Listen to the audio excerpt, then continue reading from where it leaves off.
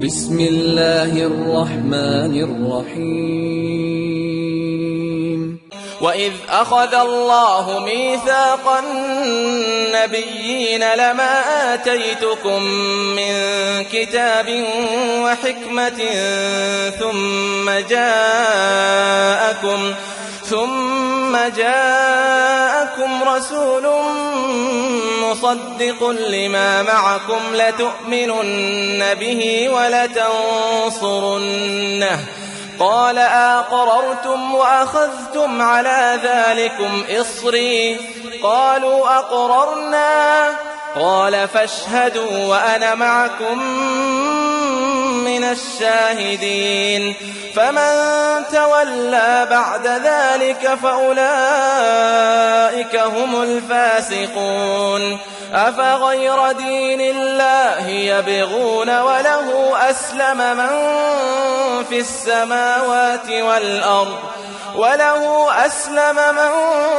في السماوات والأرض طوعا وكرها وإليه يرجعون قل آمنا بالله وما أنزل علينا وما أنزل على إبراهيم وإسماعيل وإسحاق ويعقوب والأسباط وما أوتي موسى وعيسى والنبيون من ربهم لا نفرق بين أحد منهم ونحن له مسلمون ومن يبتغ غير الإسلام دينا فلن يقبل منه وهو في الآخرة من الخاسرين كيف يهدي الله قوما كفروا بعد إيمانهم وشهدوا أن الرسول حق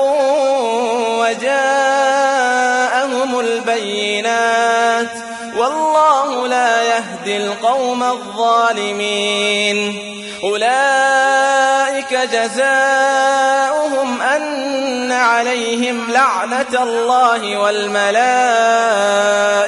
والناس أجمعين خالدين فيها لا يخفف عنهم العذاب ولا هم ينظرون إلا الذين تابوا من بعد ذلك وأصلحوا فإن الله غفور رحيم إن الذين كفروا بعد إيمانهم ثم ازدادوا كفرا لن تقبل توبتهم وأولئك هم الضالون إن الذين كفروا وماتوا وهم كفار فلن يقبل من أحدهم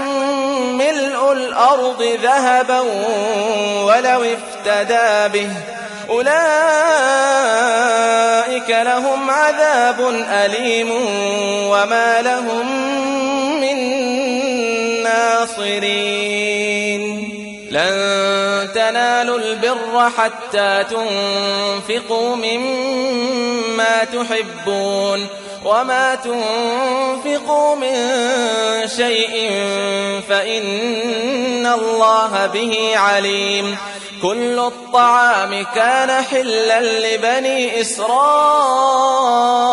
إلا ما حرم إسرائيل على نفسه من قبل أن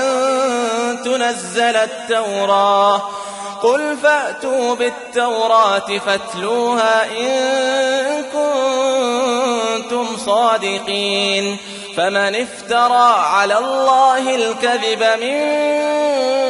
بعد ذلك فأولئك هم الظالمون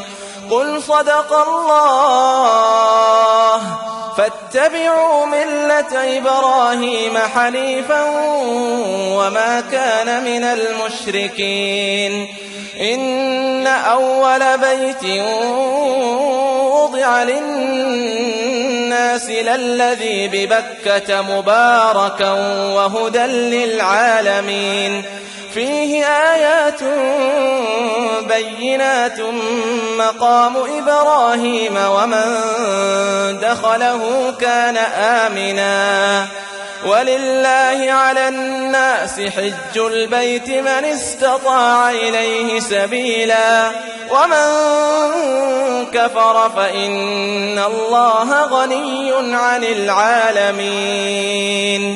قل يا أهل الكتاب لم تكفرون بآيات الله والله شهيد على ما تعملون قل يا أهل الكتاب لم تصدون عن سبيل الله من آمن تبغونها عوجا وأنتم شهداء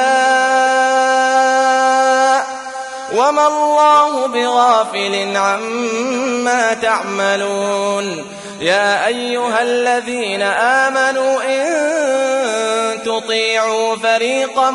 من الذين أوتوا الكتاب يردوكم